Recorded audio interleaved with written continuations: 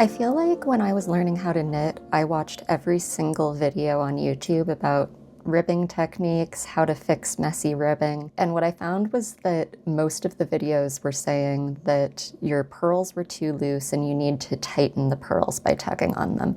And no matter how hard I tugged on the purls, that just never worked for me. So over time, I've found 4 techniques that absolutely work for me and I do every single time. None of them are tugging on the purls to make them tighter. You can pick and choose from all 4 of these. They work really well together. That's what I do, but you can also just pick one or adopt none of them. There's no right or wrong way to knit, and none of these steps are actually necessary for ribbing. These are all just steps that helped me clean up a part of my knitting that was bothering me. I've also got 2 examples on the go here. This one is in the round, the green one. The red one is knit flat. I'm gonna focus on the green one because I think it's more common to be doing like the cuff of a sleeve or the hem of a sweater. But if you were doing something like the button band of a cardigan, that would be flat. So I'm gonna show this one as well when the steps have to vary from one to the other. And what I did here is a before example. So this is what my ribbing used to look like without any of these steps. But the issue here for me is specifically on something like the collar of a sweater. It will stretch out a bit, and you can see that, like, especially right along here, those knits really stretch out quite a bit. Not terrible, but I know that we can improve on this. Okay, so I am doing this on 5mm needles, which is the recommended needle size for this yarn. And I actually paused here 1 row before I want to start the ribbing. So like if your pattern is telling you to do 10 rows of stockinette and then start ribbing, this is after 9. So I have 1 row of stockinette or 1 round of stockinette to go. And what I'm gonna do is size down my needles now. So technique number 1 is to switch out your needles and size them down 1 row early. What this ends up doing is, in my example here, there's kind of a rough transition between the stockinette and the ribbing. And you can really tidy that up a lot by having a tighter gauge on that very last row of stockinette. So before I actually size down these needles, I have to talk about technique number 2. But if you only want to do technique number 1, go ahead and do that, size down to whatever size you were expecting to, and do 1 round of stockinette. But if you want to do technique number 2, we are going down an extra needle size. So what I mean by that is if this was on 5mm needles, I am going down to 4mm needles. Usually a pattern would have you go down by half, so to 4.5. I want to go down to 4 instead. So I'm doing this on interchangeable needles and I'm just swapping out the tips, but if you were doing any other kind of needles, you could just grab that needle and start knitting. Now, you might be thinking, you can't just go down an extra needle size, everything is going to be too small. We do need to account for that. And I do want to give credit where credit is due on this technique. I first heard about it from Andolini Knits.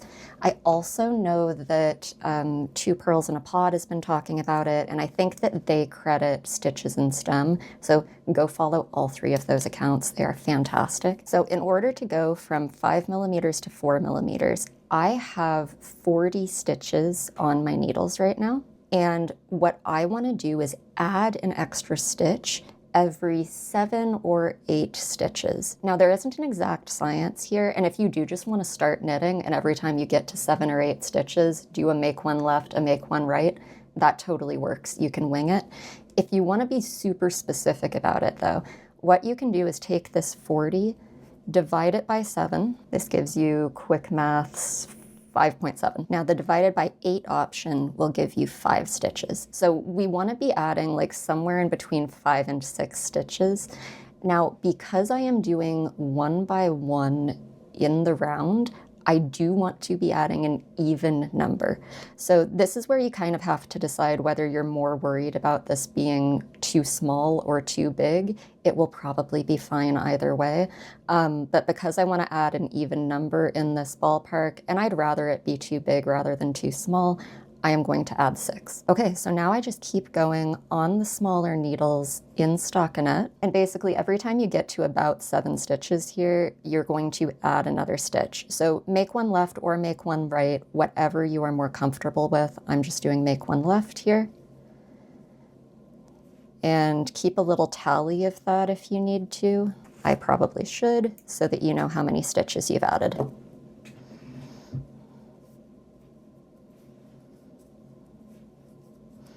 I'll add another one here.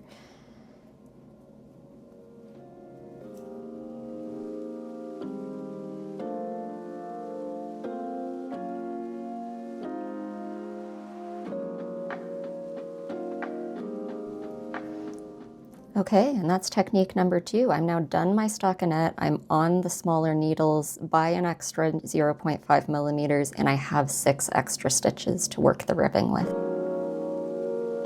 Okay, now technique number 3. We're going to do the knits normally here, but for the pearls, what we're going to do is wrap the yarn the opposite way.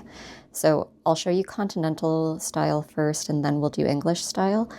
But normally for continental style, you would put your needle, your right needle, in the front loop, and then you would wrap it over the top like this, and then pull it through. And that is what is known as a Western style purl. What we're doing instead is an Eastern style purl, which basically means that the yarn is going to go up behind the needle and wrap over the front. So again, that's up behind, wrap over the front, and then pull it through. And that basically means that the yarn has less far to travel to get to that point. So it does, in the end, tighten up your purl stitches, but without any extra effort on your part. So again, the knits are completely normal. However you normally do your knits, go ahead and do that. And then the pearls, you're going to wrap the yarn up behind the needle, over the top, and then go through. And then if you are doing English style, apologies if this looks a little awkward for me, I do normally do continental style. So for English style, you're holding the yarn in your right hand, you go into purl this way. Normally, you would go over the front and over the top, like that. Like that. Instead, what you're going to do is around the back. So that's around the back, over the top. Wrap it that way. And then through. And then continue as normal for the knits. Now I'm going to go ahead and finish this round, and then I will come back to you because there is something special that we have to do on row number 2. Okay, now on to round 2.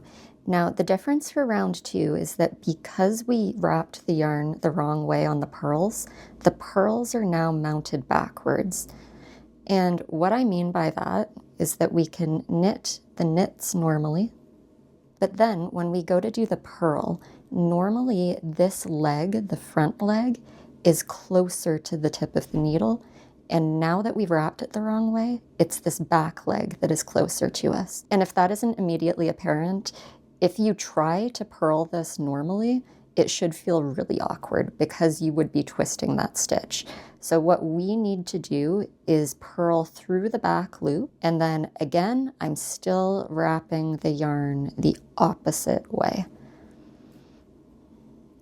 So knit the knits normally,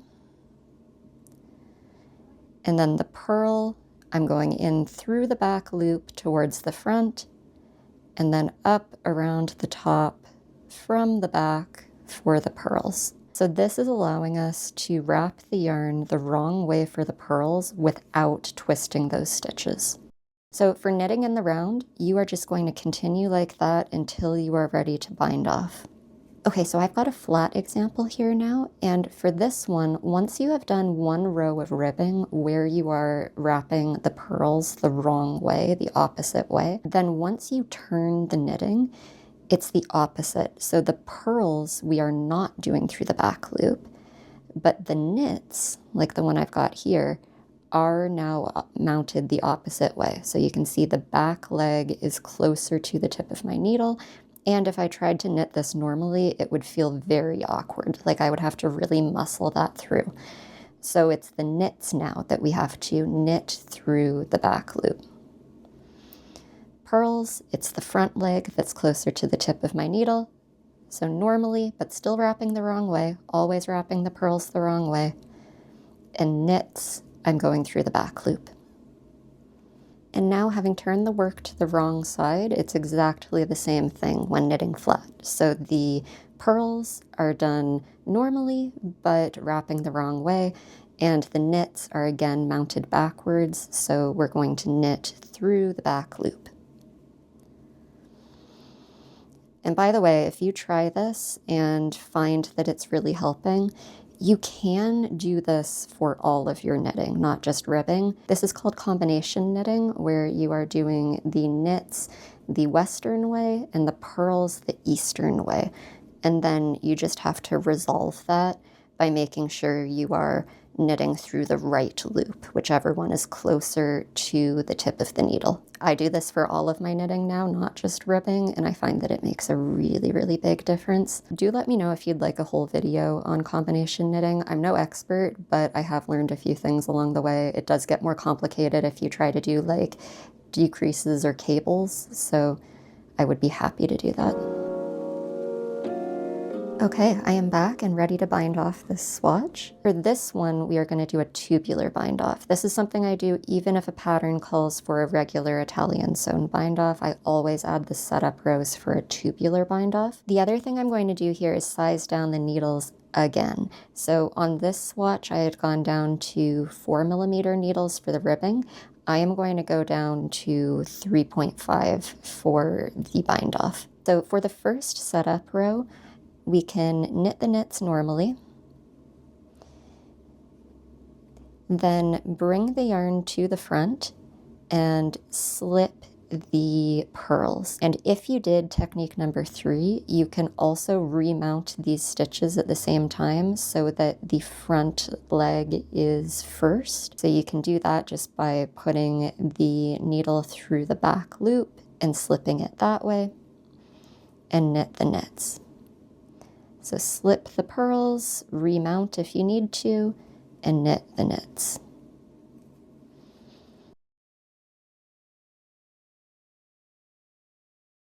And for the second setup row, we can now slip the knits purlwise, bring the yarn to the front, and purl the unworked stitches from the previous row. So these are the purl stitches that we had remounted if you were doing technique number 3. So that's purl the purls, slip the knits, and when you slip the knits, keep the yarn in the back. Now for this step, I think you can really decide how you want to wrap the yarn for the purls, but do keep in mind that that will affect your sewn bind off.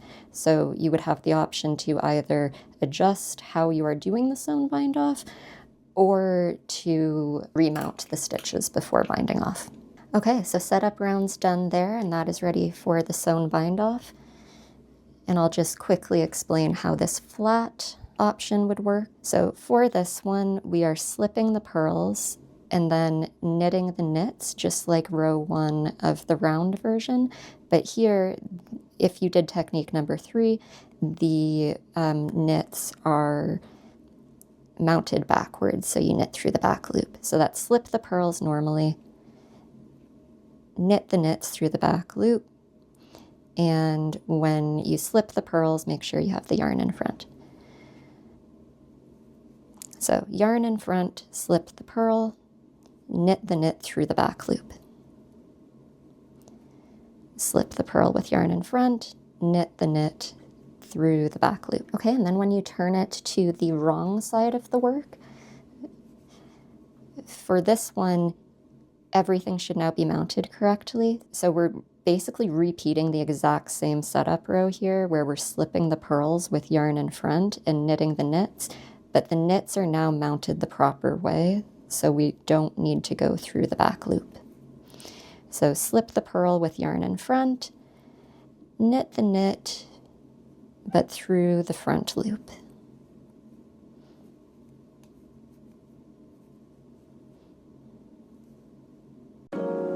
Okay, I'm back having finished the bind off, and you can see my before and after of these 4 techniques. So these were both swatches in the round, but in order to get this after one, which is quite a bit neater, you can especially see when I stretch it out like that, it doesn't have any of that, or much less of that enlarged stitching, like we can see especially right there.